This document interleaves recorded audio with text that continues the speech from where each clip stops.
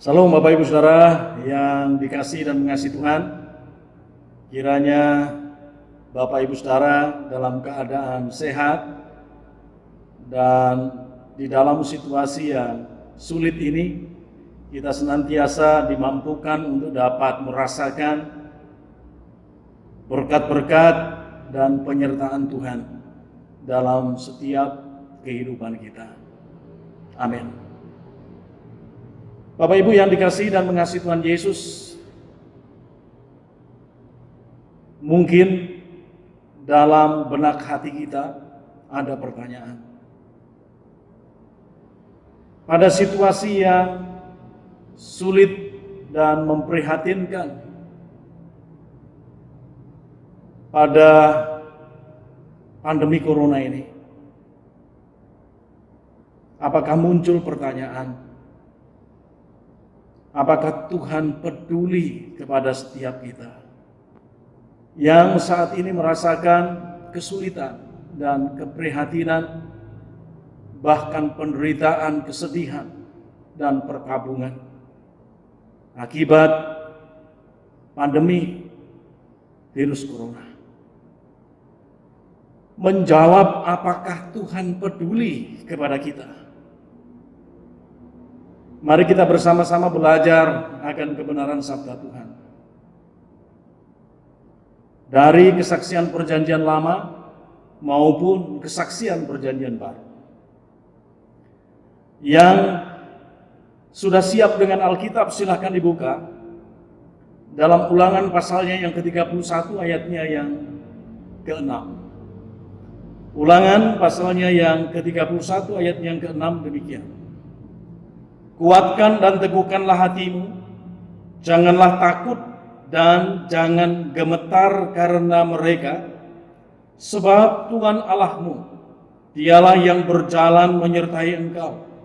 Ia tidak akan membiarkan engkau dan tidak akan meninggalkan engkau.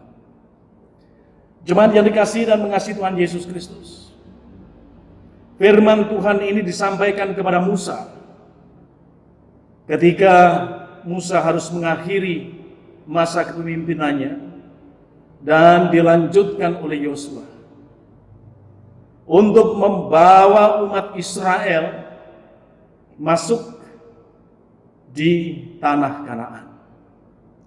Tentu tantangannya tidak mudah. Yosua harus membawa umat Israel menyeberangi Sungai Yordan.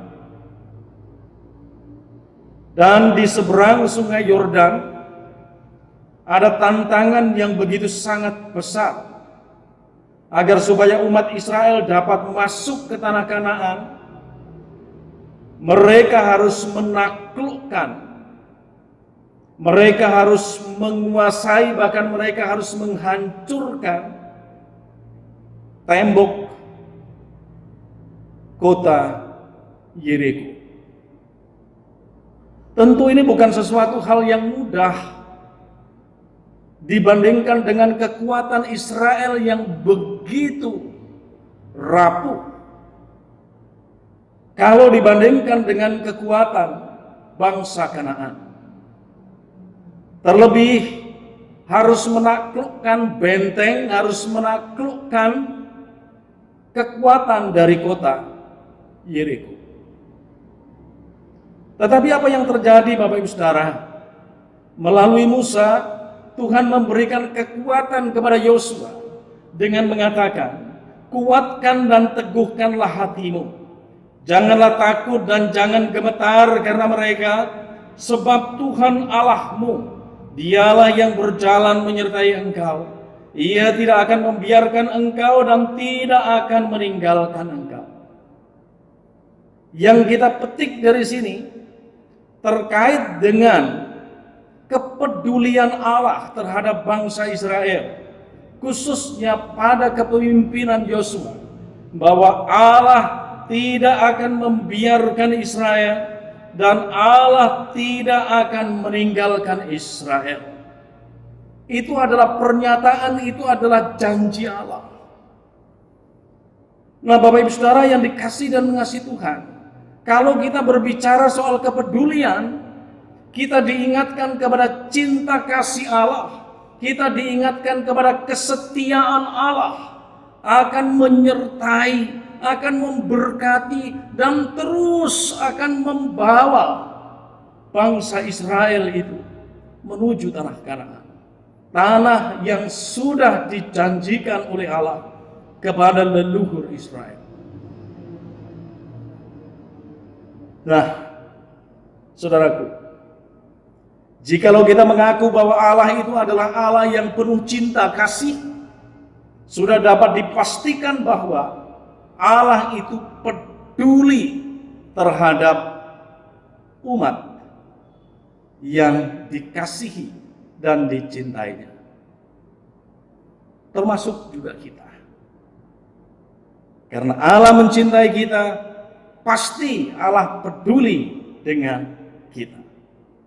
Nah, kita lanjutkan bahasan kita. Ketika umat Israel dipimpin oleh Yosua memasuki tanah Kanaan, dan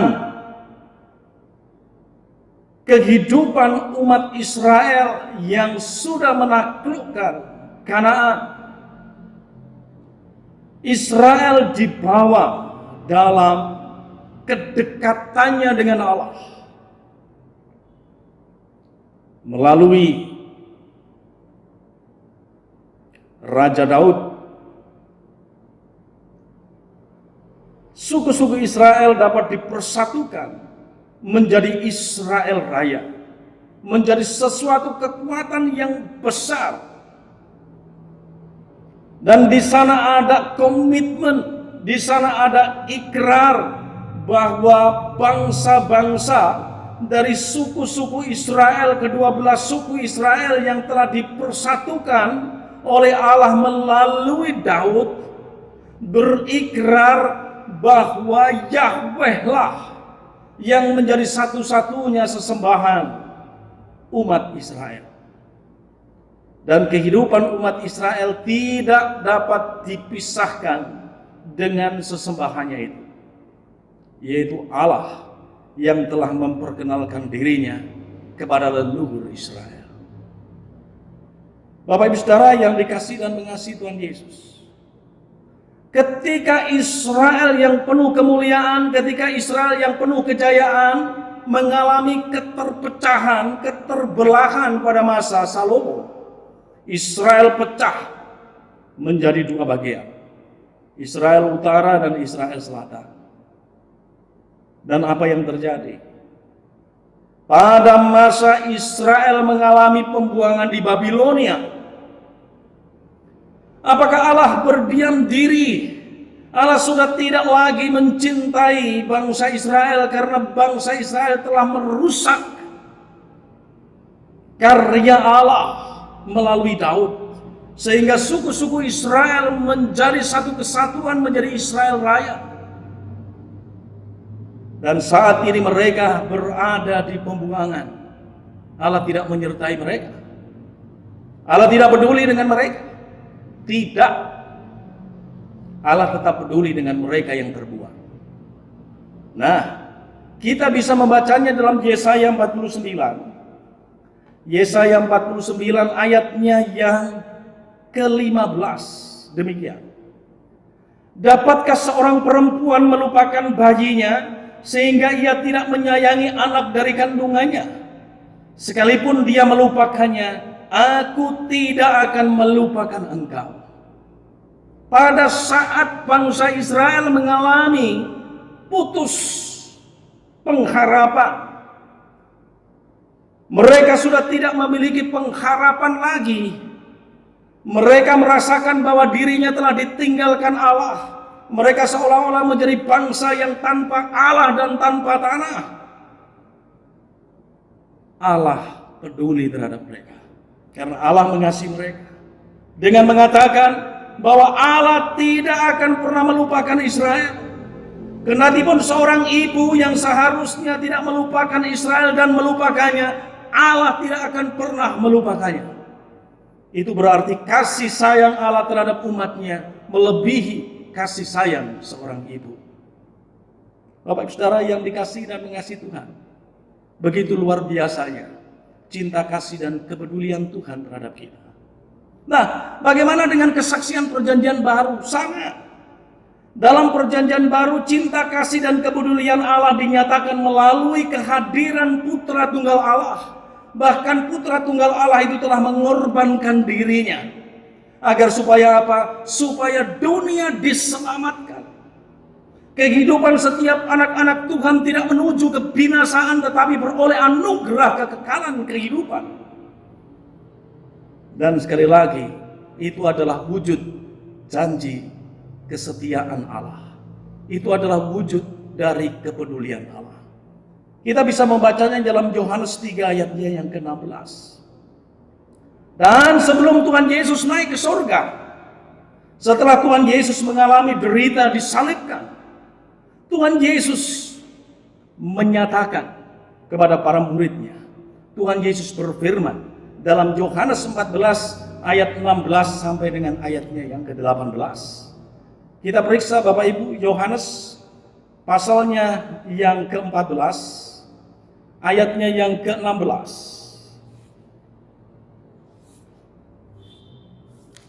Dan ayatnya yang ke-18. Saya hanya memetik ayatnya yang ke-18. Aku tidak akan meninggalkan kamu sebagai yatim piatu. Aku datang kembali kepadamu. Dan dalam Matius 28 ayat 20 jelas Tuhan Yesus mengatakan sebelum dia bangkit ke surga bahwa aku akan menyertai engkau sampai akhir zaman. Disitulah kemudian kita dikuatkan sebagai anak-anak Tuhan dalam menghadapi kesulitan-kesulitan hidup akibat virus corona ini. Kita percaya kasih setia Tuhan tidak pernah diingkarinya. Tuhan tidak pernah melupakan kita. Tuhan senantiasa mengingat kita. Bahkan Tuhan akan terus peduli kepada kita sampai dengan akhir zaman. Mari kita kuat saudaraku, dan terus dikuatkan dalam iman dan pengharapan, sehingga kita tidak akan pernah meragukan cinta kasih dan kepedulian Tuhan Yesus terhadap kita. Tuhan memberkati.